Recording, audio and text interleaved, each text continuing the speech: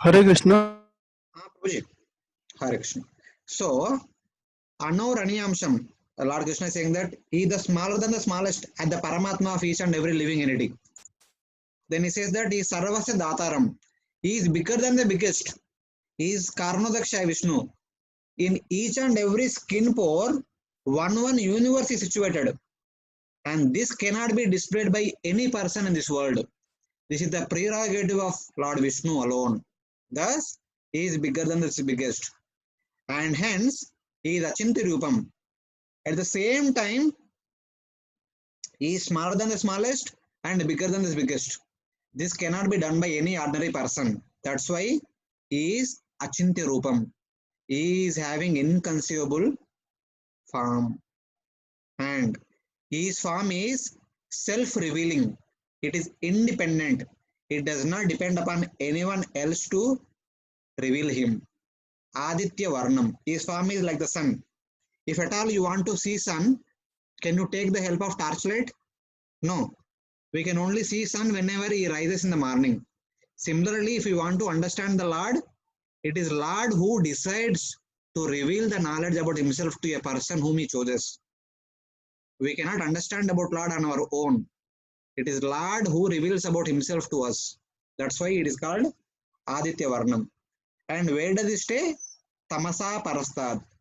He stays beyond the material world, which is the manifestation of Prakriti, the material nature. Tamasa refers to the material nature or Prakriti. The Supreme Lord is situated himself beyond the manifestation of three modes of material nature. That means he is situated outside the material world. So this is the meaning of the verse. So don't worry. I have shown everything here. So one should remember he who is omniscient, Kavim, and who is without beginning, Purana, who gives beneficial teachings about bhakti, as in the case of Lord Krishna, Rama, Anusachtaram, whenever he appears in various avatars, he teaches about bhakti, how to practice bhakti, what is bhakti, that kind of teachings he will give. And who had the power to enter within the jiva, and is thus the smaller than the smallest, that is Anor Aniyamsham. And though he is very small, he is spread everywhere. He is the greatest. He holds the whole universe within himself, that is Sarvasya Dataram. This refers to Karnodaksha Vishnu. This refers to Kshirodaksha Vishnu. Because of this, his very form is inconceivable. That is simultaneously smaller than the smallest and bigger than the biggest. That's why he is Achintya Rupam. Though he appears of medium size as a human being, his manifestation is independent of all others. This is the meaning to Aditya Varnam. So, but he is Paramatma, Anuraniyam, he is Karnadoksha Vishnu, Sarvasa Dataram, but simultaneously, whenever he appears in this material world, he comes in the medium size as a human being. Lord Krishna, Lord Rama, Lord Vamana, they are all medium size. Thus, his manifestation is independent of all other manifestations. He can be small, he can be big, he can be medium. He has a form which is like that of the sun, which reveals both himself and all others. When sun appears in the morning, we can see sun, and we can also see ourselves, we can also see others who are there around us. But in darkness, we cannot see anything in that way. He is self-revealing like the sun. That means when Lord chooses to reveal himself, we understand about the Lord, we understand about ourselves, we understand about all others, who they are in their constitutional position. Thus, though he is the possessor of Maya Shakti, his form is transcendental to Prakriti or Maya, Tamasa Parastad. He is situated beyond the jurisdiction of Maya. He is situated in the spiritual world where there is no influence of Maya. He is not touched by Maya, being situated above Maya. He who remembers him always attains him. Anusmaredya. So that is what is mentioned in the second line. Who remembers him will get him after death. That is the understanding of this verse. So what is that Yoga Mishra Bhakti to be followed to attain that person? Anusmaran, how to get that Anusmaran, continuous remembrance. For that, one should practice Yoga Mishra Bhakti. That sadhana is explained from verse number 10 to 13.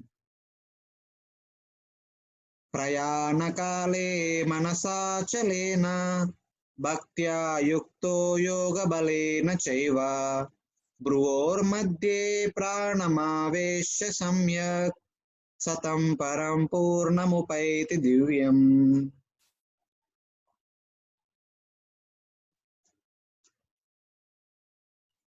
One who at the time of death fixes his left ear between the eyebrows and by the strength of yoga with an undeviating mind engages himself in remembering the Supreme Lord in full devotion will certainly attain to the Supreme Personality of Godhead. Prayanakale, at the time of death, manasa achalena. Generally, the mind is chanchal, always going here and there. But one should make the mind achala. It should not wander here and there. One should focus on that absolute truth who was described in the previous verse. Bhaktya yukto. By the process of bhakti, one will be able to focus one's mind upon the supreme absolute truth which who was described in the previous verse. Yoga balena chaiva. With the strength, with the additional strength by the process of Ashtanga Yoga. By the process of Ashtanga Yoga, one can control the mind. Through the process of Yama, Niyama, one can control the body. Asana, one can control the body. And Pranayama, by Pranayama, one can focus the mind upon the breathing process. Like that, one should control the body and mind. Brur Madhye Prana Mavesha Samyak. By doing this pranayama, one should raise the prana from Mooladhara Chakra, from the location of the joint of the thighs, all the way gradually moving it upward to the navel region, chest region, neck, throat region, the face region, and eventually bring it to the Bruvor Madhye, to the Ajna Chakra. That is the topmost chakra which is there here. Prana Mavesha Samyak. So through the process of pranayama, one should raise the prana from Mooladhara Chakra to Ajna Chakra. Sa tam param purusham upaiti divyam. And then, eventually, with the help of that Ashtanga Yoga, raising prana from Ajna Chakra to Brahmarandra, piercing through Brahmarandra, one will enter into Vaikunta. There one will get transcendental Param Purusha. There one will get the shelter of Param Purusha in Vaikunta. This is what happens by practicing Bhakti along with Ashtanga Yoga. Yoga Mishra Bhakti. So taking shelter of Ashtanga Yoga process, one raises the prana from Mooladhara Chakra to Ajna Chakra and piercing through Brahmarandra, one enters into Vaikunta. That is what is mentioned here. Prabhuji, Ah. Prabhuji, how will we know that it is Prayankal? Now for a Ashtanga Yogi, he determines his Prayana Kala. He himself is leaving the body, na? Okay, okay. For This is other not for us. person, No? Yeah. this is for Yoga Mishra Bhakta. A devotee who is taking shelter of Ashtanga Yoga and leaving the body and entering into Vaikunta. He decides the death, Prayana Kala. He don't have to wait for natural death. He by his own will leaves the body and goes to Vaikunta. Thank you, Prabhuji. He who remembers that person with that person means that person who was mentioned in the previous verse number 9, with all the different attributes, Kavim, Puranam, Manusashtaram, with all those different attributes. At the time of death, with prema for Paramatma, the yogi attains me. How does one attains unswavering mind? Through the accumulation of impressions arising from the experience of samadhi due to practice of yoga, carefully establishing the prana in the Ajna Chakra, one attains that person. So this is the Ashtanga Yoga process briefly mentioned. So Arjuna gets a doubt. Up to you are telling about Ashtanga Yoga, raising prana from Mooladhara Chakra to Ajna Chakra, but I could not understand it properly. Can you elaborate it? That is the question asked by Arjuna. I cannot understand this method of fixing the prana in the Ajna Chakra. What is the manner of doing this yoga? What should be the chanted? Upon what one should meditate upon? What is to be obtained by this? Anticipating this question, the Lord speaks the next two verses, 11, 12 and 13, three verses Lord speaks about answer, elaborating the entire procedure of Yoga Mishra Bhakti.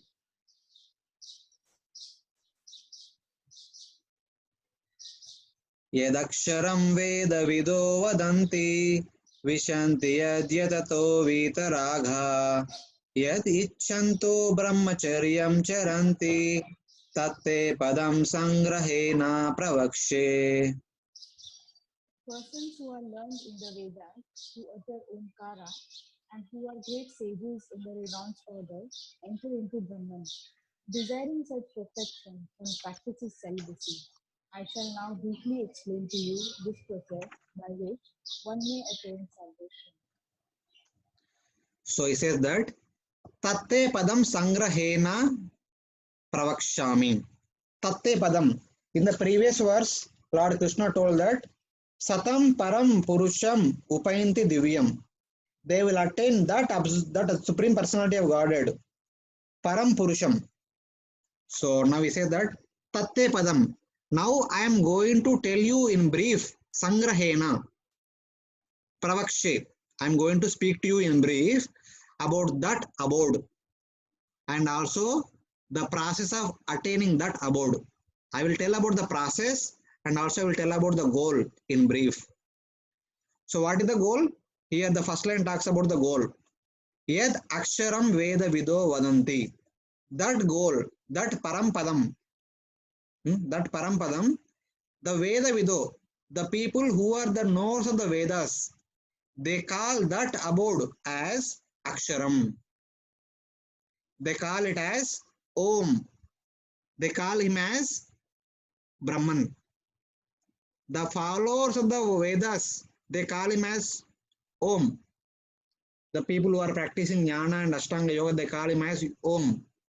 But the followers of Bhakti call him as Bhagavan, the Purana Purusha, the Divya Purusha. So Jnanis and Yogis call him as Aksharam, that is Om, or Brahman. The devotees call him as Bhagavan. So then it is mentioned, Vishanti Yad Yatato Vitaraga. In order to get him, either Brahman or Bhagavan, Yatato, the sannyasis, Yati means sannyasi, the sannyasis practice their process very systematically, very rigorously, without any attachment to this material world, Vitaraga. Giving up any stray small attachment they have to this material world, they give up that. And they take up sannyas and practice very strictly in order to get that personality who is called as Om by the Vedavadas and who is called as Bhagavan by the devotees. Yed Icchanto Brahmacharyam Charanti. With a desire to get that personality, either Brahman or Bhagavan, people practice Brahmacharya very strictly.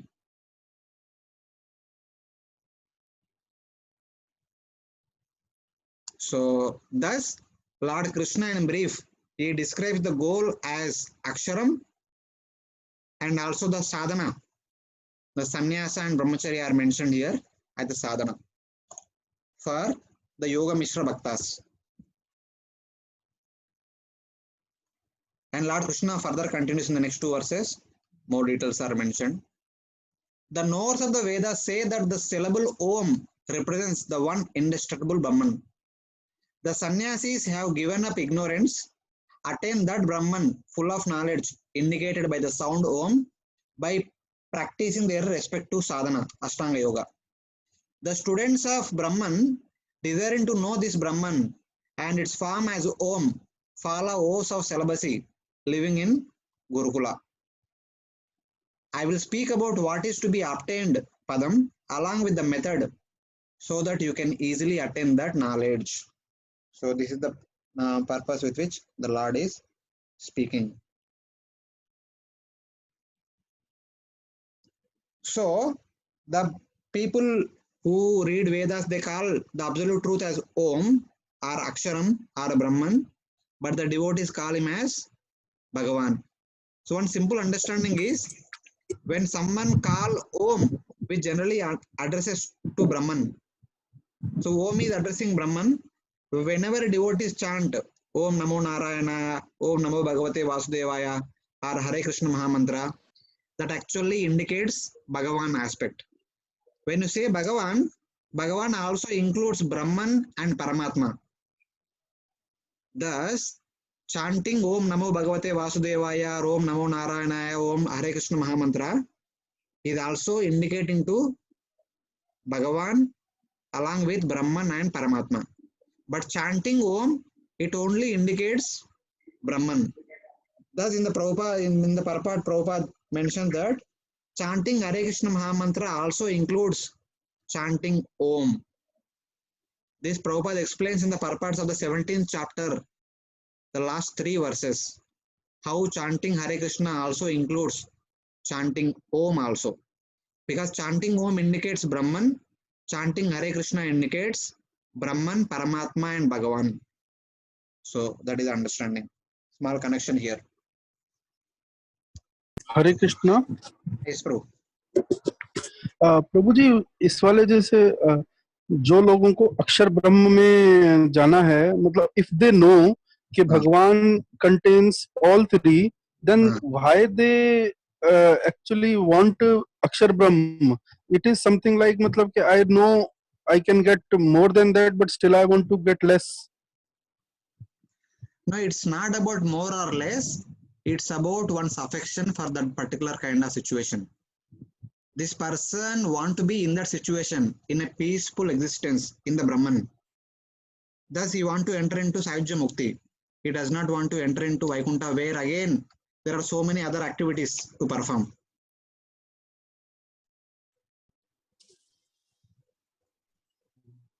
So, but Prabhu ji Hare Krishna, Hare Krishna. yes, yes, please. Prabhu ji पर उसके लिए जैसे इसमें बोलेगा ना, वेद विदो वदंती यद अक्षरः, तो जिस अक्षर को वेद को जानने वाले अक्षर कहते हैं, मतलब तो उनके लिए सुप्रीम इज अक्षर ब्रह्म. Yes. उनके लिए कुछ और सुप्रीम है ही नहीं. तो मतलब अगर उनके लिए वही सुप्रीम है, तो इसका मतलब भगवान उनके लिए सुप्रीम नहीं है. मतलब they don't know Bhagwan is supreme, that's why मतलब they want to attain supreme. See, it is not that they don't know. They know that Bhagavan is there, Paramatma is there. But they might consider that Bhagavan and Paramatma are the emanation of Brahman. Like that they may consider. Or they might have heard about Brahman only most of the time in their studies. They also heard about Bhagavan and Paramatma, but they heard about Brahman more and they developed affection for Brahman. Just like in ISKCON, all the devotees hear about only Lord Krishna. But in Sri Vaishnava Sampradaya, mostly they hear about Lord Vishnu or Lord Narayana. They hear about Lord Krishna very rarely. Or in Sri Vaishnavas, there is one section called as Ramanandis. They mostly hear about Lord Ram only. They very rarely hear about Lord Krishna or Lord Vishnu. So it's all changes from the time, place, circumstances, where we are, whom we are hearing to. Based on that, one develops affection for a particular deity.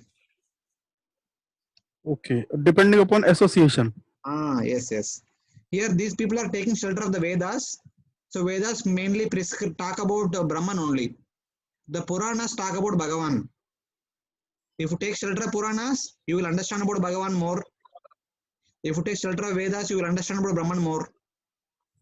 So Veda Vido Vadanti, the people who study Vedas, they understand the absolute truth, mostly in the form of Brahman. And they also understand that that Brahman will also appear as Paramatma and Bhagavan. But Prabhuji, with this wrong understanding, they are not. Prabhuji, it is not wrong. It is not wrong.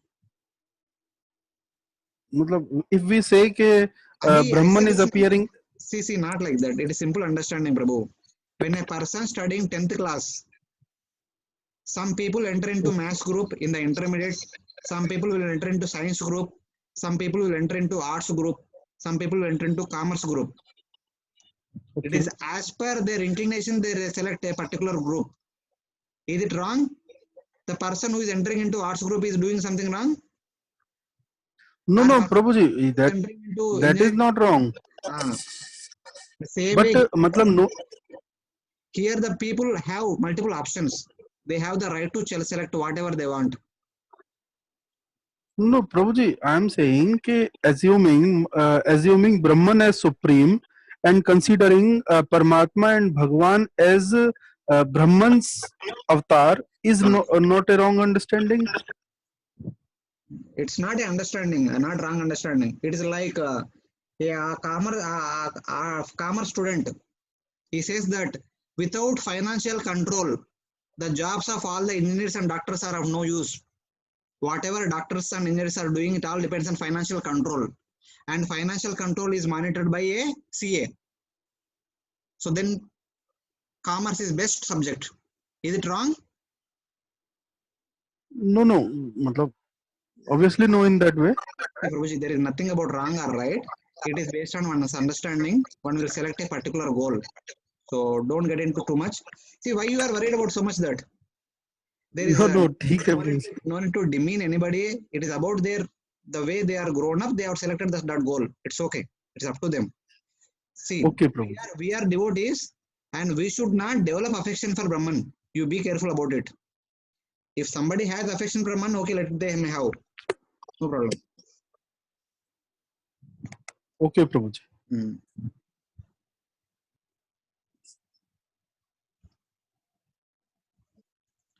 So then Lord Krishna continues. Elaborating what was previously spoken in brief, Lord Krishna described the method of yoga in the next two verses. Sarvadvarani samyamya mano hrudi nirudhya cha murdni adayatmana pranan asthito yoga dharanam.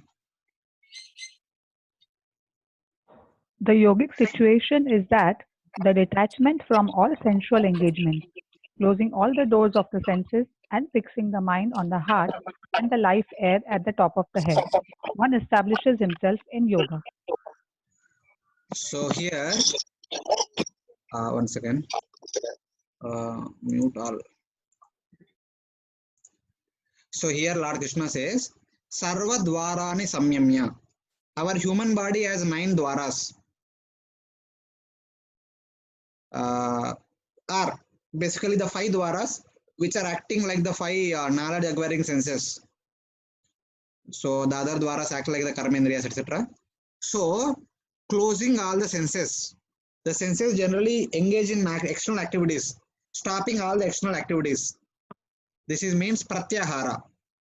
Mano hrudi nirudhyacha. Engaging the mind in thinking within the heart only.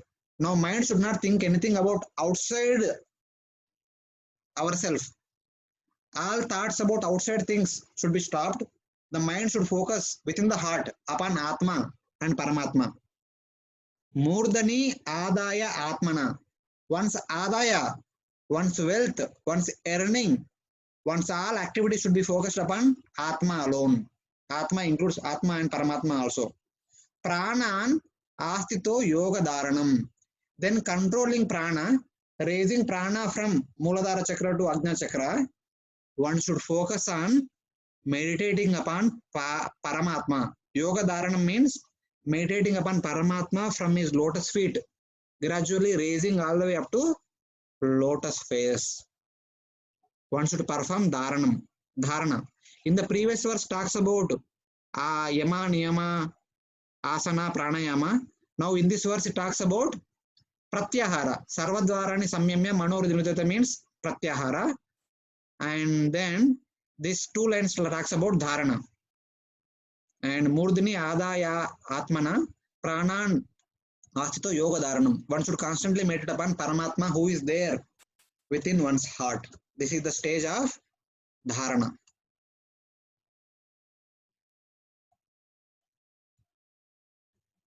So here Lord Krishna says, one should control all the senses which are the external doors of knowledge, which are doors to get knowledge from outside world, withdrawing them from the sense objects, disinterested in enjoyment by repeatedly seeing their faults. So one should become disinterested in external enjoyment and withdraw the senses from external activities. Then concentrate the wandering mind, which is the door to internal knowledge, upon me situated in the heart. Then focus the mind upon Paramatma in the heart. Then control the prana, which is the door to different actions. That means stop all the karmendriyas also in the lotus of the heart. Focus the pranas in the heart and gradually establish it at the Ajna Chakra, raising prana from Mooladhara Chakra to Ajna Chakra, and then at the top of the head, Murdini Adaya, and the path of Sushumna, the path back to Godhead. Doing this, one should carry out the practice of thinking of me from foot to head. This is called Dharana. Dharana means thinking about the Paramatma or meditating about the form of Paramatma from lotus feet to the lotus face. Do this under the instruction of Guru.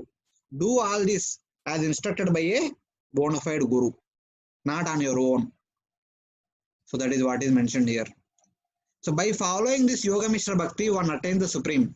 Then having completed the Dharana, then one comes to Dhyana, then one meditates on the Paramatma completely, and then one comes to the stage of Samadhi, then giving up this body, one enters into Vaikuntha. That is mentioned in the next verse. Om iti ekaksharam brahma vyaharan mamanusmaran ya prayati tyajandeham sayati paramam gatim. After being situated in this yoga practice and vibrating the sacred syllable Om, the supreme combination of letters, if one thinks of the Supreme Personality of Godhead and quits his body, they will certainly reach the spiritual planet. So now the Dhyana procedure is explained in 2 verses, 2 lines. Om iti ekaksharam brahma. Then one should chant the ekaksharam, Om. The Vedic followers, they say that Paramatma is addressed by Om. So then one should chant Om. While chanting Om, focus upon the entire form of Paramatma. Mam Anusmaram. Continuously remember me in my feature as Paramatma. Ya Prayati Tyajan Deham. Then coming to the stage of Samadhi, give up this body. Raise the prana from Ajna Chakra to Brahmarandra, pierce through Brahmarandra, and enters into Paramam Gatim, the transcendental abode of Lord Vishnu in the spiritual world.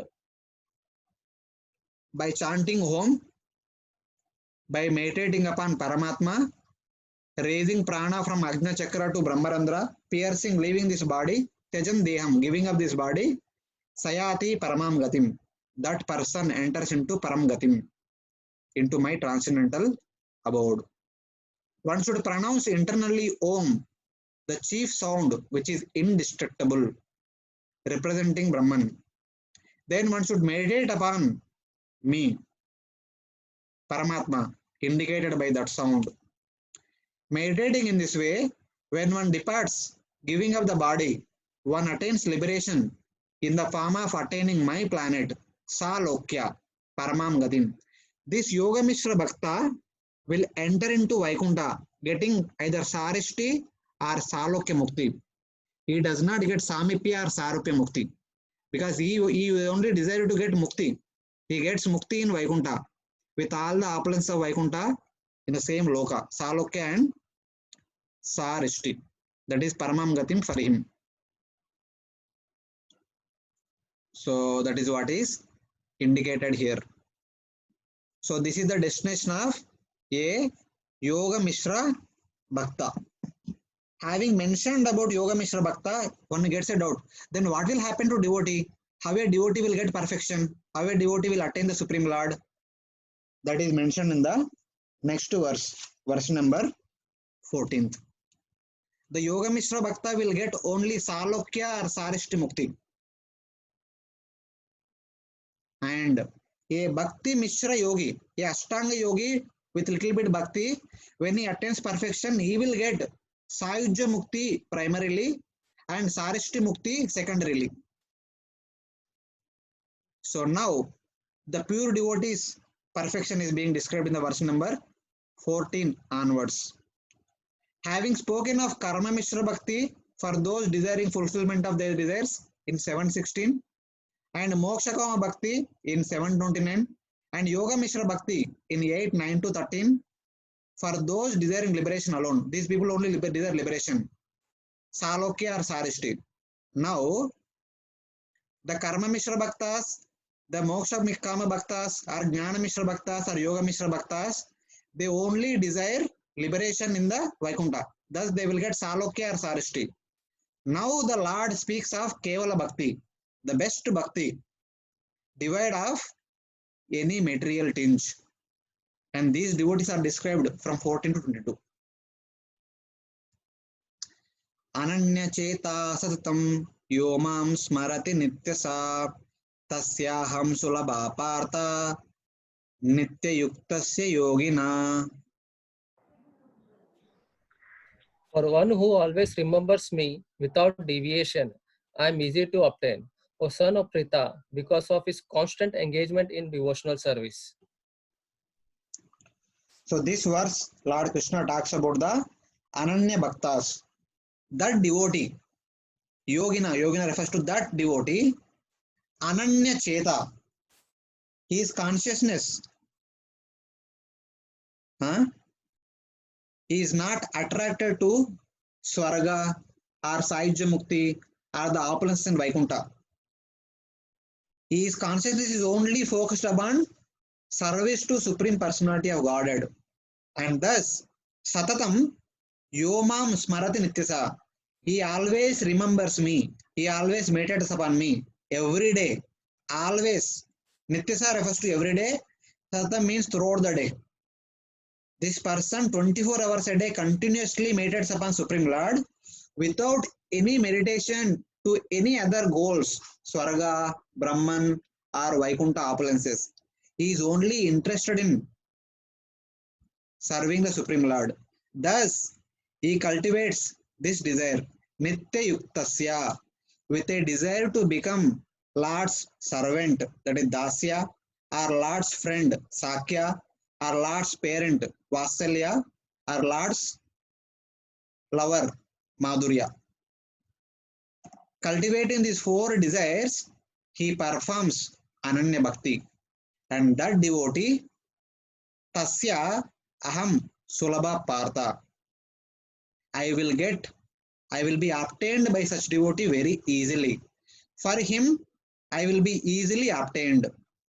That's what Lord Krishna indicates in this verse. So this verse talks about the bhakti of Ananya Bhaktas and their perfection also. For one who always remembers me without deviation, I am easy to obtain, O son of Partha, because of his constant engagement in devotional service. So from now on, in the Bhagavad Gita, many times this Yukta word comes, Nitya Yuktasya. Wherever Nitya Yukta comes, that means this devotee is cultivating a desire to become Lord's intimate associate. They want to serve the Supreme Lord eternally in the spiritual world, either in Dasyaras, Sakyaras, Vasalyaras, or Madhuryaras, one of these four rasas. So wherever Nitya Yukta comes in the future verses, you should remember that this is indicating a Ananya Bhakta who is cultivating a desire to become an eternal associate of Supreme Lord and serve the Lord in one of these four higher rasas. Hare Krishna, Prabhuji. Yes, Mataji. Prabhuji, Keval Bhakti and Ananya Bhakti is the same. Same na. Same, na? Okay. Kevala Bhakti, Ananya Bhakti, Akinchana Bhakti, Shuddha Bhakti. It's the same. They're all same. Okay, thank you. The person whose consciousness is in me alone, Ananya Cheta. Cheta means consciousness. Is on me alone. There is no other goal in his mind. Not in any other method, karma, jnana, ashtanga yoga, and not with any other goal, swarga or moksha, who desires only me. That person is called Ananya Cheta. He who, through such processes of japa and deity worship, Processes includes Shravanam, Kirtanam, Vishnu Smaranam, Padasevanam, Archanam, Vandanam, Dasyam, Sakyam, Atma Nivedanam. The activities of this Ananya Bhakta are Shravanam to Atma Nivedanam. So that's why it is mentioned.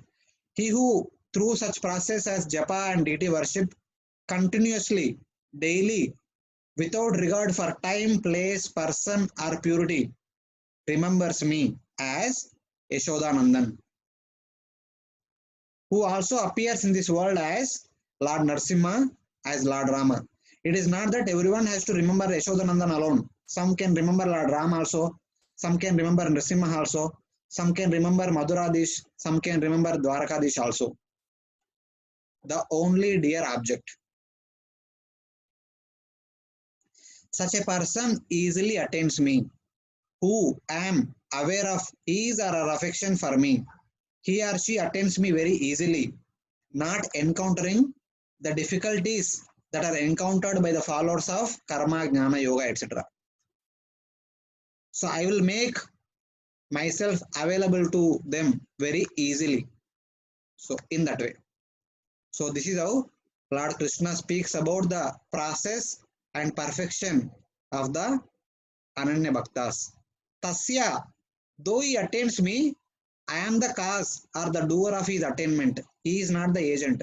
So Lord Krishna says that I make myself easily available to that Ananya Bhakta. But for other karmis and jnanis and yogis, they need to work hard in order to get their goal in the form of Sahyujya or Sarishti.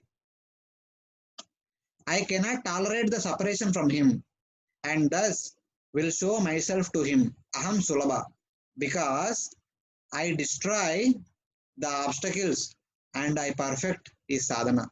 By removing the obstacles on his path and by perfecting his sadhana, I make myself available to that devotee very easily.